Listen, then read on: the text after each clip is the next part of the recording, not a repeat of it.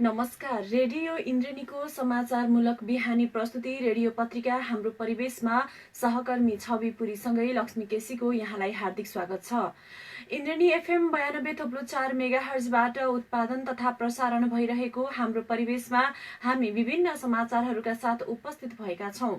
दाङबाट प्रकाशित अखबार अनलाइन संस्करणमा प्रकाशित समाचार तथा रेडियो इन्द्रेणीको समाचार डेस्कमा तयार पारिएका समाचारहरूको संगालो हाम्रो परिवेश तपाई Indreni FM 92.4 megahertz, indrenifm.com.np mobile application, सामाजिक सञ्जाल तथा दाङ देउखुरीको गढवामा रहेको रेडियो साझा आवाज 88.3 मेगाहर्ज र रेडियो राप्ती 98.4 मेगाहर्ज लालमटियाबाट पनि अहिले हामीलाई एकैसाथ सुनिरहनु भएको छ।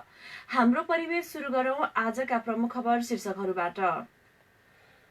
नेपालमा मनसुन पश्चिमी भेग हुँदै बाहिरिने क्रम सुरु। वर्षायाम सकिएसँगै पश्चिम दाङको गंगटे यातायात सञ्चालनको फर्खाइमा। ज्येष्ठ नागरिक दिवसका अवसरमा विभिन्न स्थानमा कार्यक्रम। ज्येष्ठ नागरिकका लागि बनाइने ऐन कानून निर्माणमा ज्येष्ठ नागरिकहरूको सहभागिता हुनुपर्ने माग। कोरोना महामारीका कारण रोकिएका विकास निर्माणका नमूना काम अझै पूरा हुन सकेन। सरकारले जनताको अपेक्षा सम्बोधन गर्न नसकेको कांग्रेस नेताहरूको तर्क। र ग्रामीण विकासको लहरले संघीयताको आवश्यकता पुष्टि गरेको भौतिक पूर्वाधार विकास मन्त्री चौधरीको विश्वास। आज हामीलाई हाम्रो परिवेशका लागि दाङबाट प्रकाशित हुने दैनिक पत्रिका नयाँ बोध, गोरक्षर, गणतन्त्र, राप्ती पोस्ट दैनिक पत्रिका स्टुडियोमा प्राप्त छ। पत्र पत्रिकाले छापेका समाचार शीर्षकतर्फ लागौं। आजको गणतन्त्र राष्ट्रिय दैनिकले ज्येष्ठ नागरिकको सम्मानमा जोड शीर्षकमा तस्बिरसहित पहिलो पृष्ठमा प्रमुखताका साथ खबर प्रकाशित गर्दा स्वास्थ्य शाखाको पालिका स्तरीय वार्षिक समीक्षा कार्यक्रम शीर्षकको अर्को समाचार पनि प्रकाशित गरेको छ। घोराई उपमहानगरका जनप्रतिनिधि र सचिवहरूलाई अभिलेखीकरणको सम्बन्धित तालिम हिजोबाट सुरु भएको छ। आजसम्म पनि सञ्चालन हुने सम्बन्धी समाचार प्रकाशित गर्दा नयाँ युगबोध राष्ट्रिय दैनिकले घोराही मुर्कुटी सड़क बर्सातमा हिलो हिउँदमा धुलो शीर्षकमा तस्बिरसहित खबर प्रकाशित गरेको छ। यसैगरी 6 महिनापछि गाडी चढ्न पाउने आशामा गंगटेवासी शीर्षकको अर्को समाचार प्रकाशित गरेको छ। जुगारी चामल फल्ने त्रिवेणीको लोभ लाग्दो फाँट रोल्पाको समाचार तस्बिर सहित पृष्ठभूमिमा राखेर समाचार आजको अंकमा युगबोध दैनिकले प्रकाशित गरेको छ भने कोरोनाको कहरले सुस्ताएका नमूना कामहरू अझै अधुरा शीर्षकको समाचार प्रकाशित गर्दा करिब 2000 संक्रमित आधा निको शीर्षकको अर्को समाचार पनि प्रकाशित गरेको छ। यसैगरी गोरक्षर राष्ट्रिय दैनिकले कानूनी राज्यको खिल्ली कांग्रेस शीर्षकको समाचार प्रकाशित गर्दा कुरूपसँगै धराप सड़कहरू शीर्षकको विकास निर्माणसँग जोडिएको समाचार प्रकाशित गरेको छ। आजबाट टिप्परले चुनढुङ्गा नबोक्ने शीर्षकको समाचार पनि प्रकाशित गरेको छ। पत्र पत्रिकाले छापेका समाचार इन्द्रेणी न्यूज डेस्कमा रहेका समाचारहरू हाम्रो परिवेशमा रहेको छ। आजको अंकमा हामीले सड़क पूर्वाधार निर्माणसँग जोडिएका समाचार प्रमुखताका साथ लिएका छौं। पत्र पत्रिकाले छापेका समाचार पनि यिनै विषय वस्तुभित्र केन्द्रित छ। सुरुमा लागौं घोराही मुर्कुटी सड़क खण्ड अन्तर्गत भइरहेको विकास निर्माणको काम। उक्त सड़कमा चल्ने उच्च भार वहनका टिप्परका कारण सड़क जीर्ण बनेको छ। बर्खा लाग्यो भने हिलो हुन्छ, हिउँद लाग्यो भने धुलो हुन्छ, यही समाचार छ। यसैलाई हामीले पहिलो समाचार बनाएका छौं। सधैँ सड़कले दुःख दियो, बर्सातमा हिलो हिउँदमा धुलो खाँदै हिँड्नुपर्ने भयो। सड़क कहिले बन्ने हो थाहा छैन, सड़कको दुःख बाह्रै मास भोग्नुपर्ने भयो। कहिल्यै सुख मिलेन, बंगलाचुली 5 का कुलबहादुर ओलीले सड़कको पीडा यसरी पोख्नुभयो। घोराही मुर्कुटी सड़क निर्माण हुन लागेको वर्षौं भइसकेको छ। वर्षौंसम्म पनि निर्माणाधीन सड़कबाट धेरै दुःख भोगिसकेको उहाँले सुनाउनुभयो। ओभरलोडका टिप्परहरूमा कसैको नियन्त्रण र नियमन हुन नसक्नु, निर्माण कम्पनीले काम नगर्नु र सम्बन्धित निकायले ध्यान नदिनुका कारण नै स्थानीयले सकस भोग्नु परिरहेको उहाँको गुनासो छ। घोराई सिस्ने खोलादेखि जुम्ले पानीसम्मको भूभाग घोराई उपमहानगरपालिकाभित्र पर्ने भए पनि घोराई उपमहानगरपालिकाले सड़क निर्माणका लागि चासो नदिँदा निर्माण कम्पनीले लापरवाहीपूर्ण तरिकाले काम गरिरहेको उहाँको भनाइ छ। उहाँ मात्र होइन, बंगलाचुली गाउँपालिकाका अध्यक्ष भक्तबहादुर ओलीको पनि भनाइ उस्तै छ। घोराई उपमहानगरपालिकाभित्र मात्रै उक्त सड़क खण्डको करिब 22 किलोमिटर पर्छ, जहाँ बर्सातमा हिलाम्मे र हिउँदमा धुलाम्मे हुन्छ। तर सड़क निर्माणको चासो कसैलाई छैन। बंगलाचुलीका स्थानीय यो शास्ति खेप्न बाध्य भएको उहाँले सुनाउनुभयो। सरकारले सड़क निर्माणका लागि आवश्यक बजेटको व्यवस्था गरी निर्माण कम्पनीलाई जिम्मा दिइसकेको छ, तर निर्माण कम्पनीले किन काम गर्दैन त्यो जवाफ हामीले पाउन सकेका छैनौं। स्थानीय सरकारले ताकेता गरिरहेको छ, तर काम कहाँ रोकिन्छ त्यो थाहा छैन। सडकको अवस्था बेहाल छ, ठेका पनि लगिसकेको छ, तर काम नै भएको छैन। निर्माण कम्पनीले जहिले पनि हुँदैछ र बन्दैछ भनिरहन्छ, घुराई उपमहानगरपालिकाका प्रमुख नरुलाल चौधरीले भन्नुभयो। निर्माण कम्पनीको लापरवाही र सम्बन्धित कार्यालयको मौनताका कारण सडकको अवस्था नाजुक भई नागरिकले कष्ट भोग्नु परिरहेको उहाँले सुनाउनुभयो। म्याद सकियो, काम भएन उपशीर्षक दिएर यसमै समाचार राखिएको छ।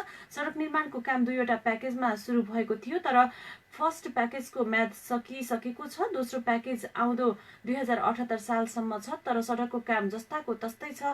निर्माण कम्पनीले म्याद सक्यो, तर काम भने अझै सकेको छैन, जसका कारण स्थानीयले दुःख भोग्नु परिरहेको छ। सडक डिभिजन कार्यालय दाङका प्रमुख निरज साक्यले भन्नुभयो, म्याद सकियो, सडक निर्माण सकिएको छैन। सडक निर्माणका लागि सरकारले लगानी गरे पनि निर्माण कम्पनीले काम नगर्दा सडकको अवस्था अलपत्र छ।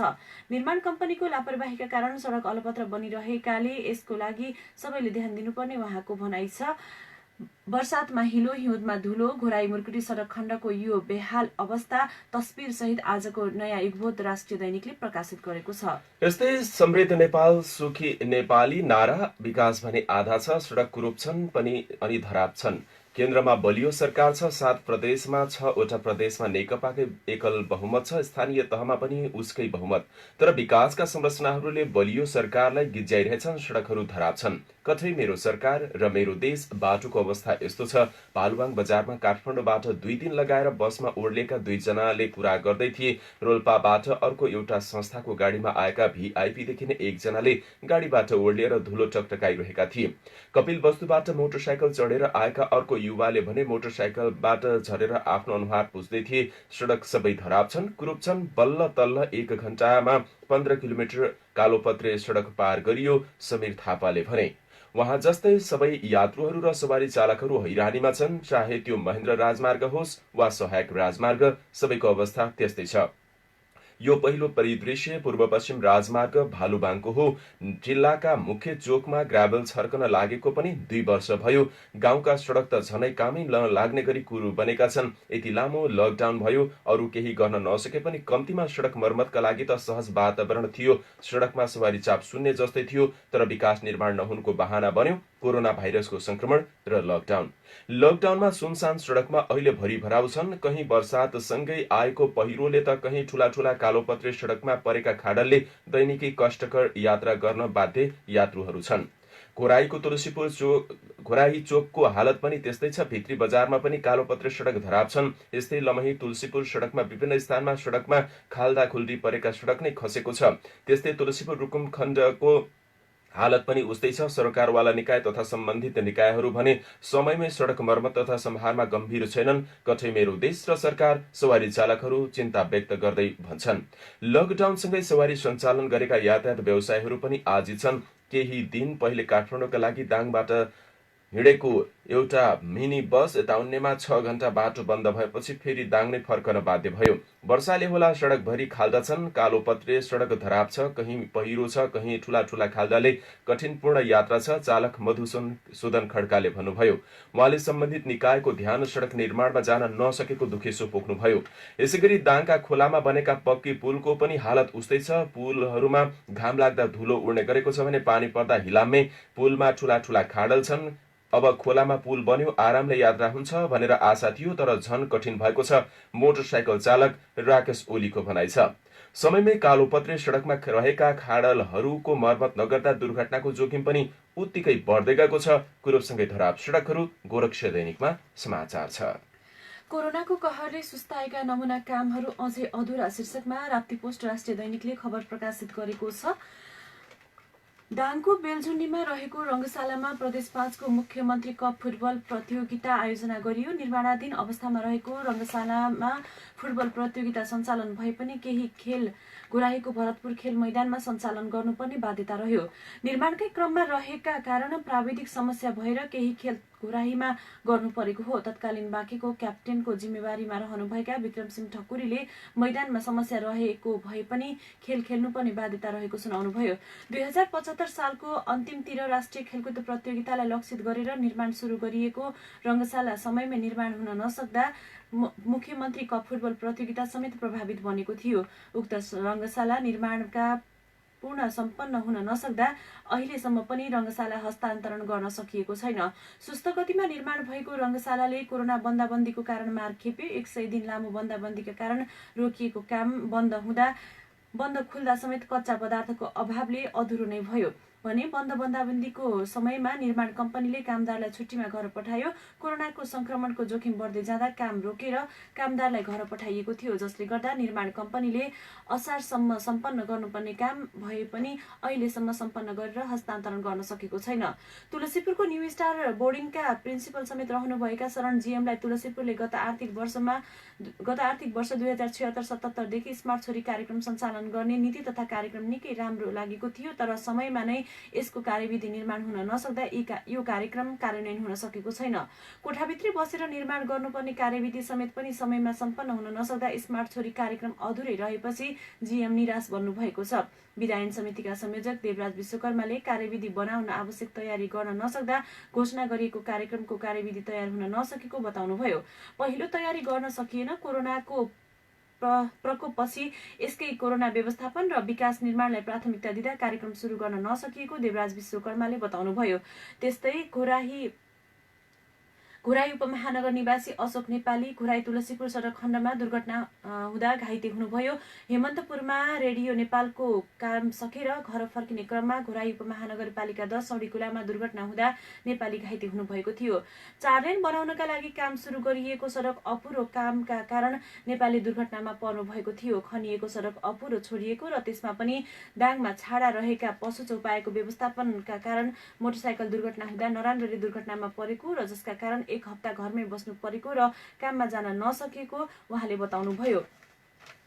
जिल्लामा सञ्चालन भएका यस्ता गौरवका योजना बन्दाबन्दीका समयमा पनि सञ्चालन गर्ने भनिए तापनि काम गर्ने कामदारको अभाव भएकाले काम भने जतिको हुन नसकेको जनक डाङ्गीले जानकारी दिनुभयो। एकातिर कोरोनाको कारण योजना मुताबिक काम गर्न समस्या भयो भने अर्कातिर गरेका कार्यक्रमका बारेमा नागरिकलाई जानकारी गराउने कार्यालय बन्द छ। भेला समारोह गर्न सकिन्न, शान्तिनगर गाउँपालिकाका अध्यक्ष कमान सिंह डाङ्गीले भन्नुभयो।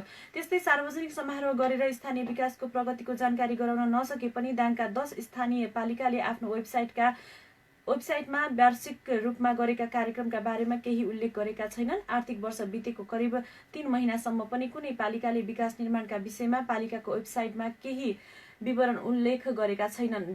जबकि सूचनाको हक 2064 का अनुसार सार्वजनिक निकायले हरेक त्रैमासिक रूपमा आफ्नो कार्यालयले गरेका 20 प्रकारका सूचनाहरू स्वतः सार्वजनिक गर्नुपर्ने व्यवस्था रहेको छ। यसैबीच बन्दाबन्दीको अवस्थामा विकास निर्माणको कार्यालय निकै समस्याका रूपमा बेहोरेको स्थानीय तहमध्ये तुलसीपुर उपमहानगरपालिका र बबई गाउँपालिकाले भने विकासका कामहरू राम्रो प्रगति गरेको पाइएको छ।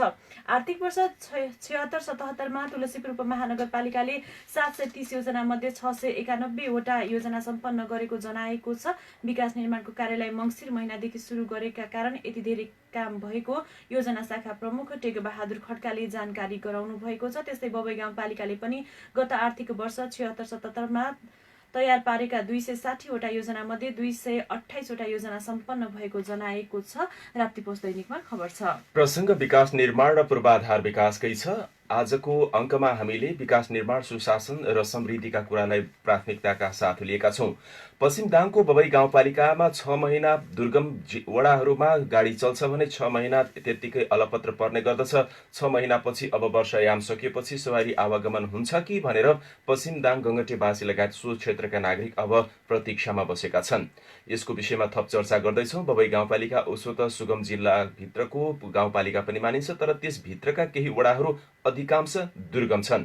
गाउँपालिकाका 7 वटा वडाका केही बस्ती सुगम भए पनि धेरै जस्तो दुर्गम स्थानमै रहेका छन्। पूर्वाधार निर्माण, सडक सञ्जालसँग जोड्नका लागि भइरहेका विभिन्न कामहरू कोरोनाले प्रभावित भए पनि पछिल्लो समय केही गति लिएको बताइएको छ। यिनै विषयमा थप कुराकानीका लागि हामीले केही बेर अघि बबई गाउँपालिका अध्यक्ष भुवनेश्वर पौडेललाई टेलिफोन सम्पर्क गरेर कोरोना महामारी लगायत अन्य कारणले गर्दा विकास निर्माण त प्रभावित भयो भनियो, अहिले त्यहाँको अवस्था र गति कसरी अघि बढेको छ भनेर सोधेका छौं। गाउँपालिकाले हिजो कोरोनाको महामारी भनेर तपाईँको चाहिँ विकास निर्माण कामहरू सही पार्वतीदेखि पर्न जसरी देशभरि ठप्प भए त्यसमा हामी बबई गाउँपालिकाले भित्रबाट काम गर्ने विकासमूलक कामहरू हामीले रोकेनौँ। हामीले केही कामहरू बाहिरबाट लेबर ल्याउन पर्ने जस्तै पिचका कामहरू थिए, ती कामहरूलाई हामीले केही दिन केही महिना ब्रेक गऱ्यौँ र पछि आएर अहिले हाम्रा ती कामहरू पनि सम्पन्न भइसकेको अवस्था छ भने हामीले त्यतिका यो कोभिडका कारणले विकास निर्माणका भौतिक पूर्वाधारतिर विकास निर्माण गर्ने कामहरू हामीले रोकिनौँ र कार्यक्रमिक बजेटहरू हामीले कोभिडमा खर्च गर्न पर्ने अवस्था सिर्जना भयो र कार्यक्रमहरू जो मान्छे भेला गरेर गर्ने कार्यक्रम छ ती कार्यक्रमहरू हामीले गर्न सकेनौँ।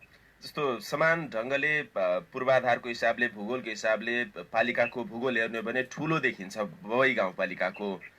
खास गरी अझ भन्यो भने वडा नम्बर 1 का क्षेत्रहरू अलिक बढी विकट मानिन्छन्। गङ्गटे, केउरेनी, धोपाघाट, जिला, सिमलकुना, बन्चरे लगायतका ती ठाउँहरू अलिक दुर्गम मानिन्छन्।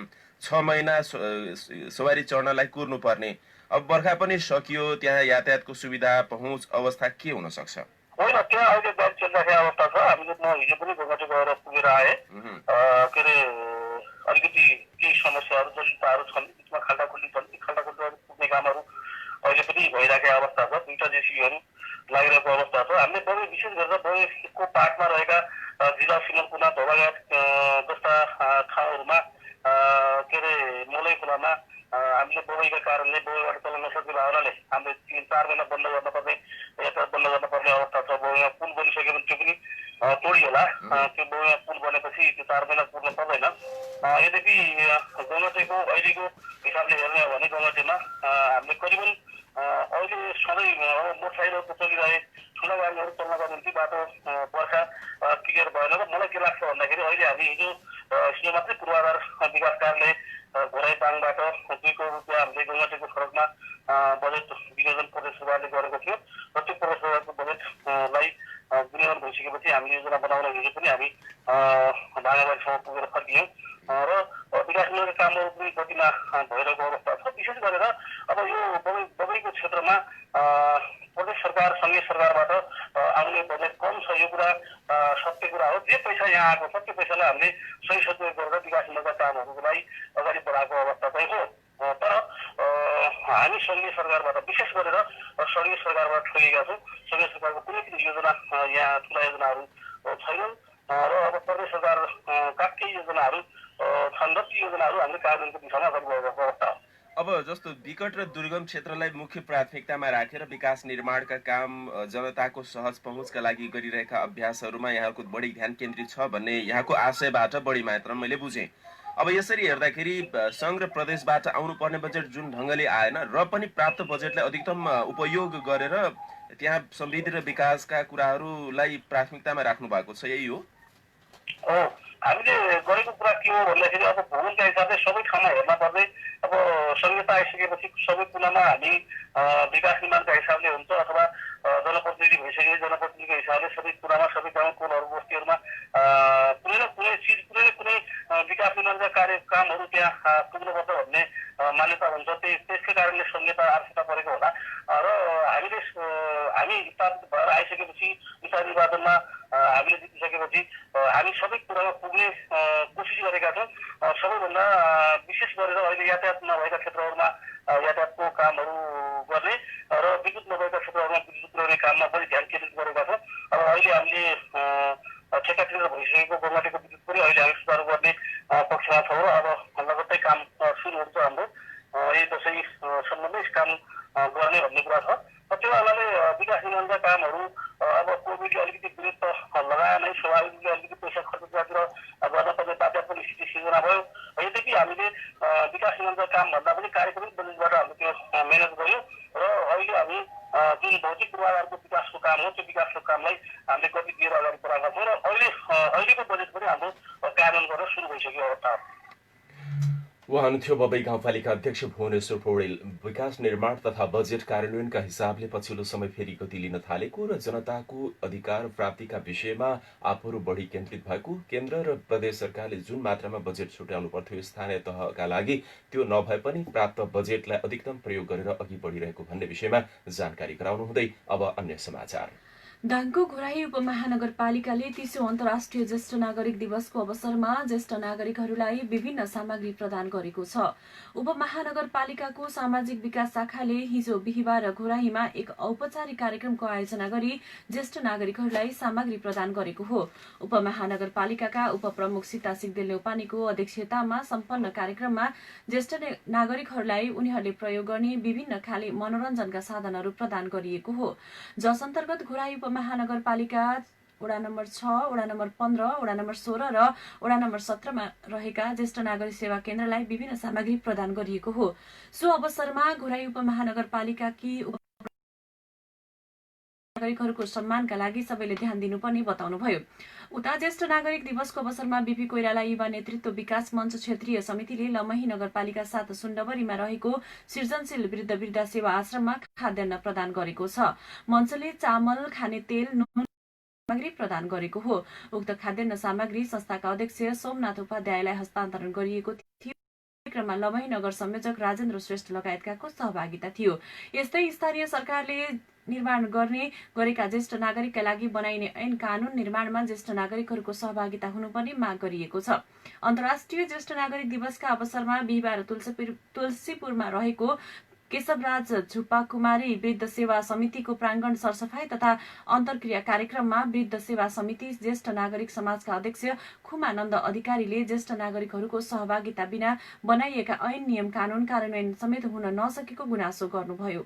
ज्येष्ठ नागरिकहरूले माग गर्दै आएका सार्वजनिक सवारी साधनको भाडामा 50% भाडा छुट, शुल्क, औषधिको उपलब्धता लगायतका बारेमा तीनवटै तहका सरकार गम्भीर हुन नसकेको उहाँले बताउनु भएको खबर इन्द्रेणी न्यूज डेस्कमा रहेको छ।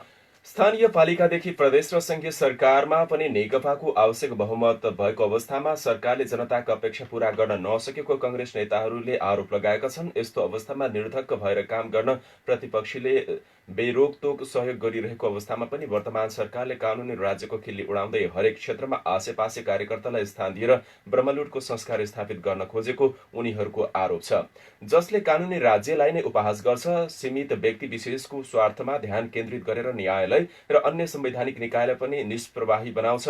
त्यसको अब जनताले प्रतिवाद गर्नेछन्। नेपाली कंग्रेस साबिक मानपुर इकाइले तुलसीपुर उपमहानगरपालिका वडा नम्बर 17 झिंगैमा आयोजना गरेको पार्टी प्रवेश तथा अन्तर्क्रिया कार्यक्रमका प्रमुख अतिथि तथा नेपाली कंग्रेसका जिल्ला सभापति कीर्तिक बहादुर खड्काले भन्नुभयो।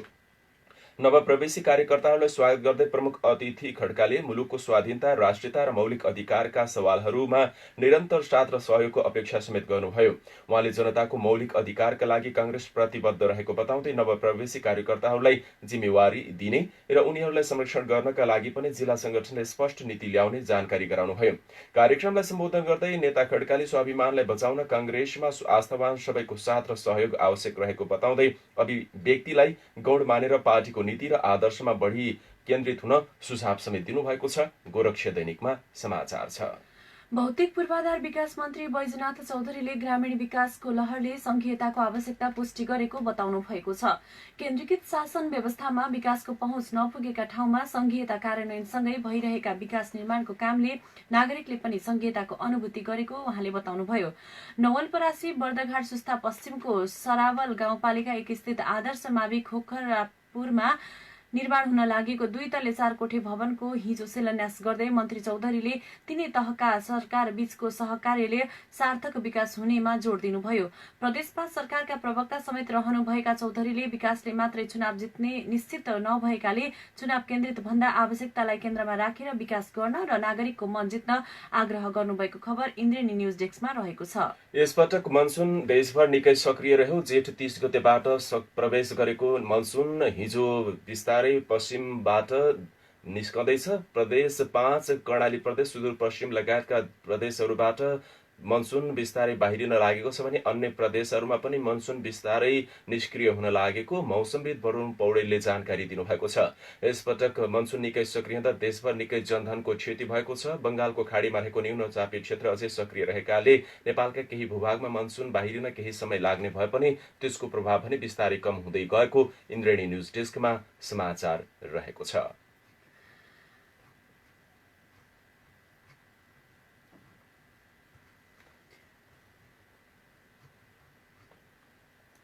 नेपालको पछिल्लो 24 घण्टामा दाङका 9 जना सहित मुलुकभर 1911 जनामा कोरोना भाइरस संक्रमण पुष्टि भएको छ।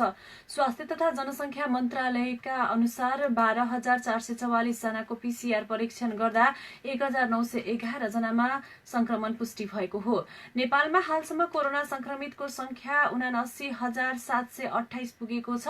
पछिल्लो 24 घण्टामा कोरोना भाइरस संक्रमण निको भएर 961 जना घर फर्केका छन्। नेपालमा हालसम्म 57,389 जना कोरोना संक्रमणबाट निको भएर घर फर्किएका छन्। हाल सक्रिय संक्रमितको संख्या 21,830 रहेको छ। कोरोना संक्रमणका कारण बिहीबारसम्म 509 जनाको मृत्यु भएको छ। यसैबीच कोरोना भाइरस संक्रमणका कारण नेपालमा पहिलो पटक चिकित्सकको मृत्यु भएको छ।